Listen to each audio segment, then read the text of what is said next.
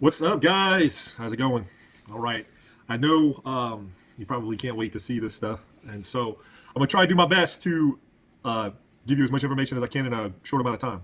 It just means that you have to pay attention. All right. So today we are going to continue with our Wisdom Wednesdays, and we're going to talk about what we talked about last time: elite mindset. How do we build an elite mindset?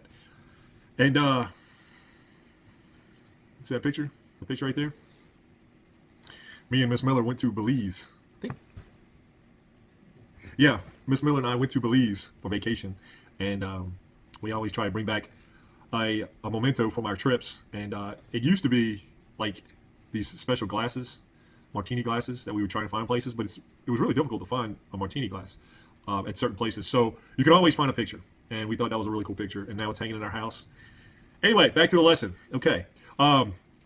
So today we're going to talk about a formula, and I know you probably, you're like, another formula, sick of formulas. But it's a life formula, and it's called E+R equals O. And so E is an event, right? Something that happens to you. E is an event or something that happens. Plus R, which is your response, how you react to the event, equals outcome. And there's also a quote that's been around for a very long time. Life is 10% of what happens and 90% of how you react to it. And I've seen a lot of stuff, and yeah, it's pretty much true. I've seen things happen to people, and how they reacted, pretty much dictated the outcome. And so, if we reverse engineer this thing, and if we want a specific outcome, if baseball terms, because I'm a baseball guy, if you want to get on base, and that's the outcome, you want to get a base hit, and the event is the pitcher throwing pitches. What's your response? What's your response going to be to the event? The event is the pitchers throwing pitches. What's going to be your response? And are you going to get out there and step in the box, and the guy's going to throw a pitch, and the umpire's going to call it a strike, and are you going to throw your hands up, and you're going to start looking in the stands, and you're going to start going, what a strike! Oh my God! Are you going to do that, or are you going to stay composed? You're going to be like, I'm confident, I can hit this. You're going to step out the box, take a deep breath, refocus, get in there, and say, you know what? I only need one. I just need one good pitch, or I'm going to let this dude, I'm not going to let this dude get me out. So, event plus response equals outcome. If you're playing a video game, right, and you get mad, and you're playing the video game, and you get mad at something that happens in the game, and you throw your controller against the wall, and the controller breaks, well, there goes your controller, right? What did you want the outcome of that game to be? That you beat the next level, that you beat the guy online, that you beat, that you're playing. Maybe you're playing Coach Benny and NBA 2K, whatever, right? And he dunks on you, and you get mad, and you throw your headset. Well, how, are you going to be able to come back from that? You just basically lost your mind, and so you can't focus on the game. And it's true in life. Whatever type of response you have is really going to dictate the outcome of an event. And that's why we try and focus on elite mindset stuff. What is an elite mindset training us to do, right? Is it training us to lose total control, lose composure, lose focus, let things that are out of our control dictate our emotions, our reactions? Are we going to allow that? That's not an elite mindset. And so, when we, all you guys are pretty young right now, right? And so you're not, you worried about things that, maybe later on will seem pretty minor, but at this point in your life, they're probably pretty important, for you. And so, what you have to understand is we have to practice this stuff early. All right. Of course, some of it comes with wisdom. Some of it comes with age. The older you get, the more events that you've encountered. So you can, better. You learn lessons about how to respond because you have an idea. Hey, this happened to me before, and I had this response, and I didn't like the outcome. Right. So let's try and work on that type of stuff, that type of mindset, because the elite mindset can be used for pretty much any event, whether it's competitive stuff on the court or on the field, or it's classroom stuff, or it's life events, right? Something bad happens to us, and are we just going to let our emotions get the best of us and totally, lose our mind and lose focus and lose our anger, just whatever? Or are we going to have discipline and self-control? Now, of course, those things have to be practiced, and that's why we're doing this type of stuff. But are we going to step back and refocus?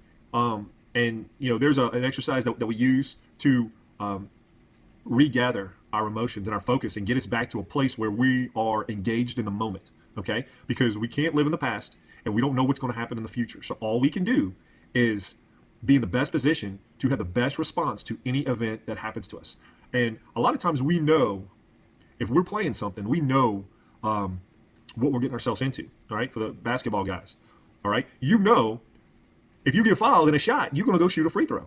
Okay, so your response, you want to try and make the free throws. They're free points. Okay, and the outcome will be to get your team more points. Okay, so how do we train for that response? Do we just forget about shooting free throws and be like, I'll do the best I can when it happens? No, you're going to practice shooting free throws in practice and in games and mentally. You're going to mentally picture yourself in a pressure situation, having the perfect follow through and the perfect focus. Okay, so responses can be practiced. Elite mindset will help you carve out the correct response for the outcome you want. Okay, so E+R equals O. What I'd like for you to do, okay, and just like the other activity, this is totally optional, right? But I would like to think that we're building a certain type of culture at Darbone Woods.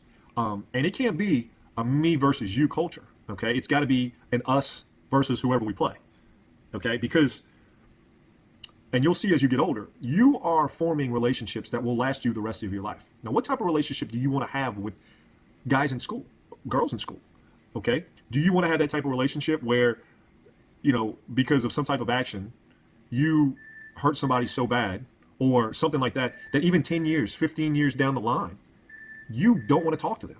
We don't want that, okay? We have to form relationships. One second.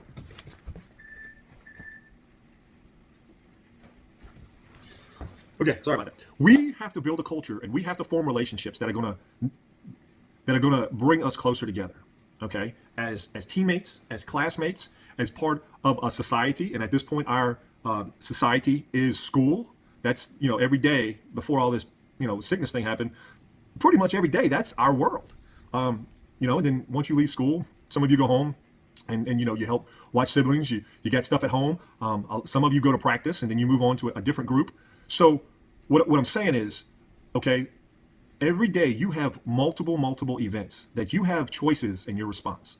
Okay, now your choice is going to determine whether you have a positive outcome or a negative outcome, and we have to be able to have that response. We have to be able to make that choice present in the moment, not in the past. Not what did that dude do to me last week, what did that girl do to me last week, what did so and so do to me last week, and then you think about that and you're not in the present moment anymore, and it may not be the correct response that we want for the outcome. Okay, so we're trying to build a culture where everybody is together. Everybody has their back. Now, yeah, we're going to have this and that between each other, but at the end of the day, man, we're in this thing together, right? And I don't just say this thing as in the pandemic or whatever they want to label it. Man, we're in this life thing together, okay? Every day we show up, and I'm there, and you're there, and, you know, other teachers are there, and other students are there. And so we kind of have a choice. We have a choice to cause waves or build a close-knit relationship, and for some of you, will last a lifetime. Okay, I'm going on 12 minutes here. So E+R equals O. Event plus response equals outcome. If we want positive outcomes, we have to carve our responses to be appropriate to whatever the event is. Okay? So it doesn't hurt to talk things out. People always assume the worst when they don't know, right? Something happens, go up and say, hey, listen, this happened. I'm not too happy about it. Can we talk about it, right? You might be surprised at how open people are. Right? And that's life type stuff. If you have a response like that, you're probably going to have a better outcome than being like, man, so-and-so said this, I'm going to go punch him in the face. I don't want that, okay? So practice.